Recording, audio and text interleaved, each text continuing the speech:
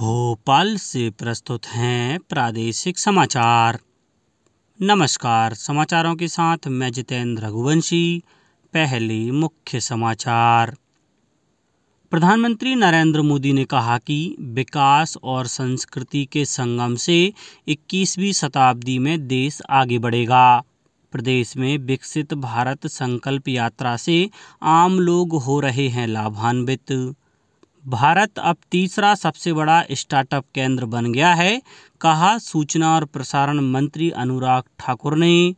और प्रदेश में आगामी 1 जनवरी से शुरू होगी साइबर तहसील व्यवस्था। अब समाचार विस्तार से। प्रधानमंत्री नरेंद्र मोदी ने अयोध्या में महर्षि वाल्मीकि अंतर्राष्ट्रीय हवाई अड्डे का उद्घाटन और 15,700 करोड़ रुपए की लागत की कई विकास परियोजनाओं का शुभारंभ किया। इस मौके पर प्रधानमंत्री ने कहा कि हमारी सरकार अयोध्या के विकास पर ध्यान केंद्रित कर रही है, क्योंकि आने वाले दिनों में लाखों लोग यहां आएंगे।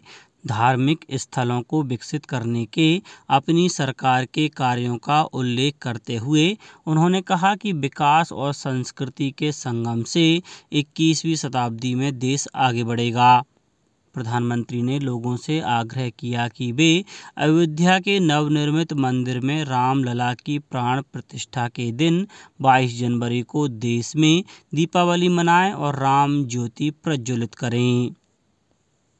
प्रदेश में विकसित भारत संकल्प यात्रा को आम लोगों का भरपूर समर्थन मिल रहा है। शिवपुरी जिले में इस समय विकसित भारत संकल्प यात्रा का आयोजन किया जा रहा है। इस दौरान जिले के विभिन्न ग्रामों में शिविर लगाए जा रहे हैं, जिसमें लोगों को केंद्र सरकार द्वारा चलाई जा रही विभिन्न योजनाओं की जानकारी दी जा रही है। इस मौके पर योजना के पात्र हितग्राहियों को लाभान्वित किया जा रहा है। वहीं मंडला जिले के रय गांव में विकसित भारत संकल्प यात्रा में राज्यपाल मंगू भाई पटेल सहित केंद्रीय इस्पात एवं ग्रामीण विकास राज्य मंत्री फग्गन सिंह कुलस्ते, मंत्री संपतिया उइके व अन्य जनप्रतिनिधियों आमजनों की उपस्थिति रही। विकसित भारत संकल्प यात्रा के तहत नीमच जिले में गांव-गांव में संकल्प यात्राओं का आयोजन किया जा रहा है। अशोकनगर जिले में विकसित भारत संकल्प यात्रा के तहत जिले की ग्राम पंचायत गणेश खेड़ा में शिविर का आयोजन किया गया। इस दौरान हितग्राहियों से आवेदन प्राप्त किए गए और विभागों द्वारा लगाए गए शिविरों में हितग्राहियों को लाभान्वित किया गया। रीवा विकासखंड के ग्राम कोठी में विकसित भारत संकल्प यात्रा में आयोजित शिविर में उप मुख्यमंत्री राजेंद्र शुक्ल ने आमजनों से संवाद किया।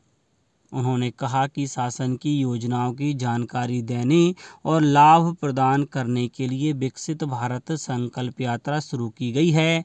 हजारों हितग्राही अब तक इससे लाभान्वित किए गए।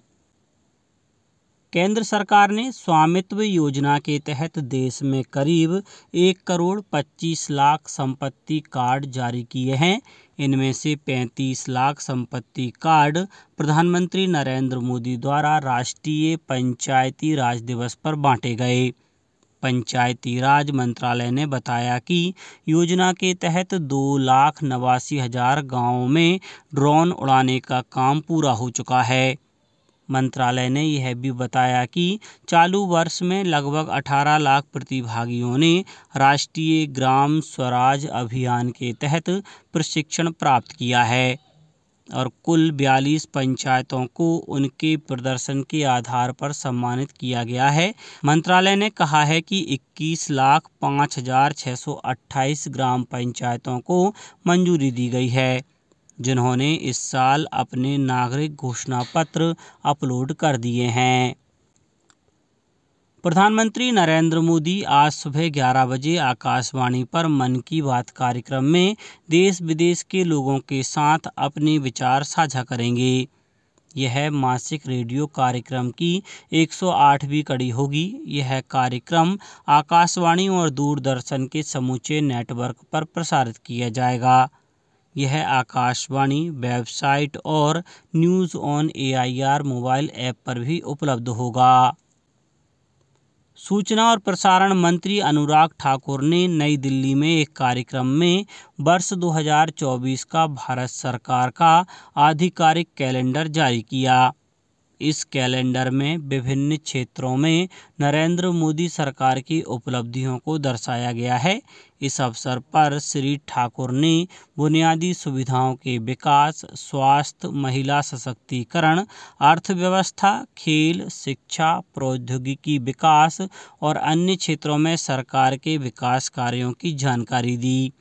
उन्होंने कहा कि स्टार्टअप के क्षेत्र में भारत अब तीसरा सबसे बड़ा स्टार्टअप केंद्र बन गया है। श्री ठाकुर ने बताया कि नरेंद्र मोदी सरकार में देश में हवाई अड्डों की संख्या 74 से बढ़कर 150 हो गई है। मेट्रो सेवाएं 22 शहरों में पहुंच गई हैं, जबकि अखिल भारतीय आयुर्विज्ञान संस्थानों की संख्या 7 से बढ़कर 23 हो गई है। प्रदेश में आगामी 1 जनवरी से साइबर तहसील व्यवस्था शुरू हो रही है। इसकी शुरुआत खरगोन जिले से होगी। मुख्यमंत्री डॉक्टर मोहन यादव की मंशानुसार अब प्रदेश में राजस्व प्रकरणों का निराकरण अत्यंत कम समय में हो जाएगा।